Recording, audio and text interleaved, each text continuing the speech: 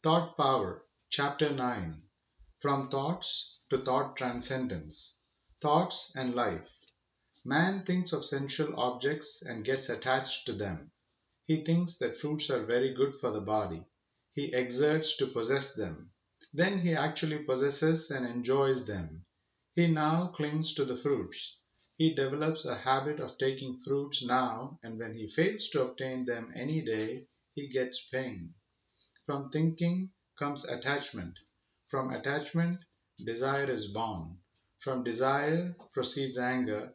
Anger arises when desire is frustrated by some cause or the other. From anger arises delusion. From delusion, failure of memory. From failure of memory, loss of intellect. From loss of intellect, man is totally ruined. If you want to attain everlasting peace, do not think of objects, but think always of the immortal, blissful Atman alone. Desires by themselves are harmless.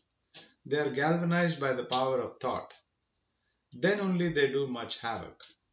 Man muses or thinks on the objects of the senses. He imagines that he will get a great deal of pleasure from them. This imagination excites the desires. This power of imagination cooperates with the desires. Then the desires are invigorated or vitalized. They attack the deluded jiva vehemently. Thoughts and character. Man is not a creature of circumstances. His thoughts are the architects of his circumstances. A man of character builds a life out of circumstances. He steadily perseveres and plods. He does not look back. He marches forward bravely. He is not afraid of obstacles. He never frets and fumes. He never gets discouraged and disappointed. He is full of vigor, energy, vim, and vitality. He is ever zealous and enthusiastic. Thoughts are the bricks with which character is built. Character is not born, it is formed. Determination to build definite character in life is needed. This must be followed up with persistent striving. Build your character. You can shape your life. Character is power. It is influence. It makes friends. It draws patronage and support. It creates friends and funds. It opens a sure and easy way to wealth, honor, success, and happiness. Character is the determining factor in victory and defeat, success and failure, and in all the issues of life. A man of good character enjoys life herein and hereafter. Small kind acts, small courtesies, small consideration, small benevolence, habitually practiced in your social intercourse, give a great charm to your character than great platform lectures, discourses, oration, exhibition of talents, etc. Strong character is formed by strong and noble thinking. A good character is the fruition of personal exertion. It is the result of one's own endeavors. It is not wealth or power, nor is it mere intellect that governs the world. It is moral character associated with moral excellence that really rules the entire universe. Nothing in this world, wealth, name, fame, victory, is worth a fig or a straw without character. Character must stand behind and back up everything, and character is built by your thoughts. Thoughts and words. There is power in every word that is spoken. There are two kinds of vrittis or thoughts, that is, Sakti vritti and Lakshana vritti in words. In the Upanishads, the Lakshana vritti is taken. Vedas Varupoham does not mean embodiment of Vedas. The Lakshana vritti does denote Brahman, who can be reached by the study of the Upanishads alone, by the Sabda Pramana alone. Mark here the power in the words. If anyone calls another Sala or Badmash or fool, he is thrown into a state of fury immediately. Fight ensues. If you address anyone as Bhagavan or Prabhu or Maharaj, he is immensely pleased. Thoughts and actions. Thoughts are dormant seeds of action. The mind's acts, and not the bodily acts, are alone true acts. It is the actions of the mind that are truly termed karmas.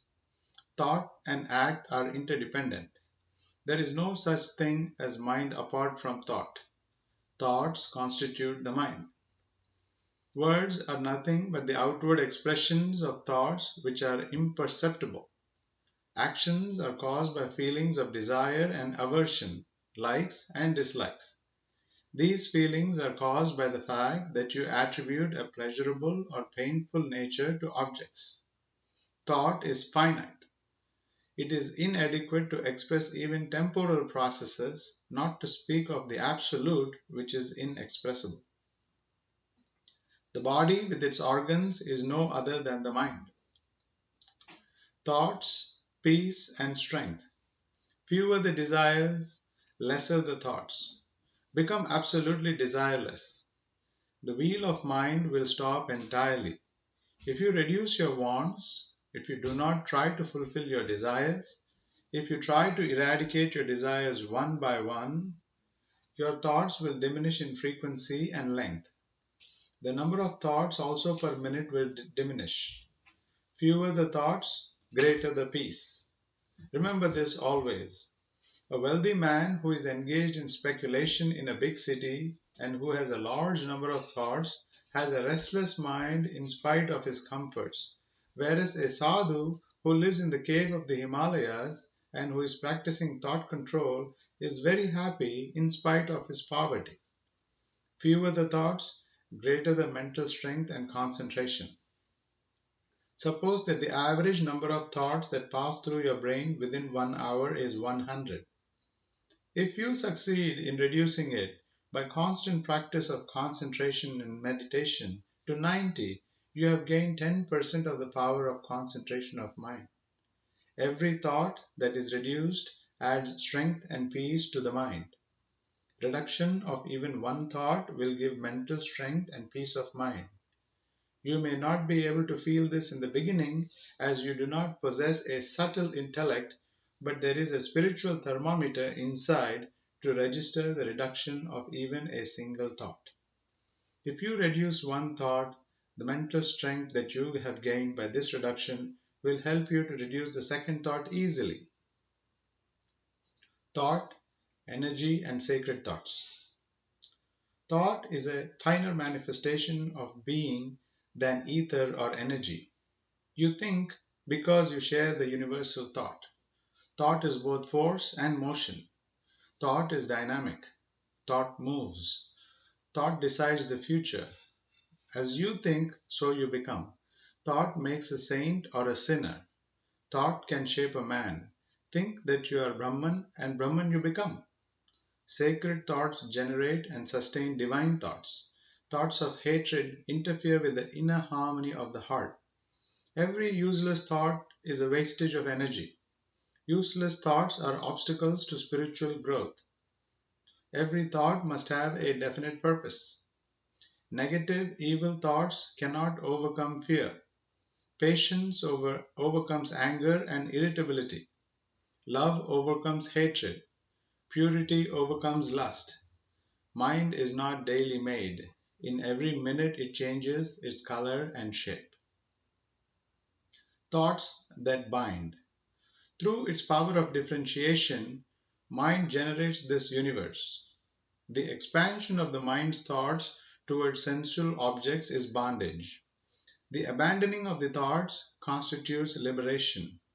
The mind creates, at the outset, an attachment for the body and sense objects and binds the man through this attachment. The attachment is due to the force of rajas. Sattva brings non-attachment and infuses in the mind discrimination and renunciation. It is the rajasic mind that causes the ideas I and mine and the difference of body, caste, creed, color, order of life, etc. The poisonous tree of the Mayaik illusion grows more and more out of the seed of the mind's modification or expanded thoughts in the soil of the multifarious enjoyments of the world. From pure thoughts to transcendental experience. Thoughts are of two kinds, pure thoughts and impure thoughts. Desire to do various actions, japa, meditation, study of religious books, etc., is pure thought.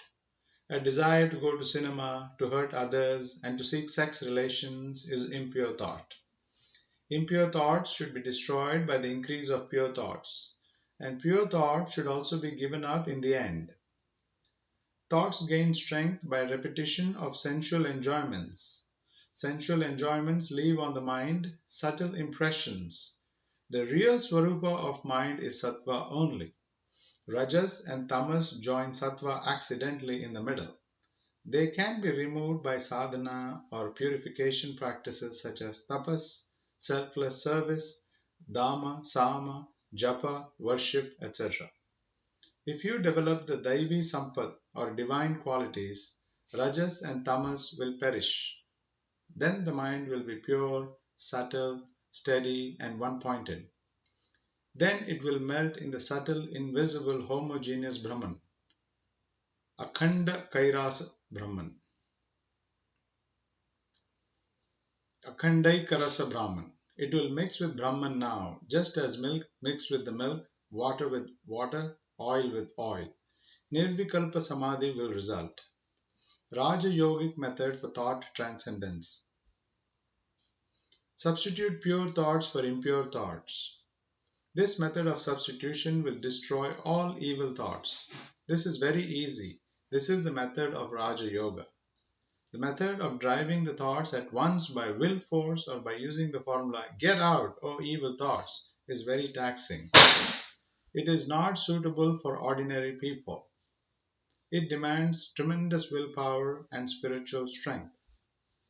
You must rise above pure thoughts and attain the supreme state of thoughtlessness. Only then can you rest in your own Swarupa. Only then will Brahman be revealed like Amalaka fruit in the palm of your hand. Vedantic technique for thought transcendence. When all kinds of useless thoughts and emotions trouble you much, be indifferent, udasina. Say to yourself, who am I? Feel, I am not the mind, I am the Atman, the all-pervading spirit, Shuddha Satchitananda. How can emotions affect me? I am nirlipta, unattached. I am Sakshi, witness of these emotions. Nothing can disturb me. When you repeat these suggestions of vichara or Vedantic reflection, the thoughts and emotions will die by themselves. This is the jnana method of driving out thoughts and emotions and the struggling with the mind. When any thought arises in the mind, enquire, why has this vritti or modification arisen? Whom it concerns? Who am I? All the thoughts will die eventually. All mental activities will cease. The mind will turn inward. It will rest in Atman. This is Vedantic sadhana. You will have to persist constantly in the sadhana. Whatever stray thoughts arise, the one thought, who am I, will destroy all other thoughts of worldly nature. That thought will die by itself. Ego will vanish. Balance left is Kevala Asti, Chinmatra, Kevala Shuddha Chaitanya, Chidakasa Matra, which is Nama Rupa Rahita, free from all names and forms, Vyavahara Rahita, Mala Vasana Rahita, Nishkriya, Niravayava, which is Santa Siva Advaita of the Mandukya Upanishad. This is Atman, that is to be known.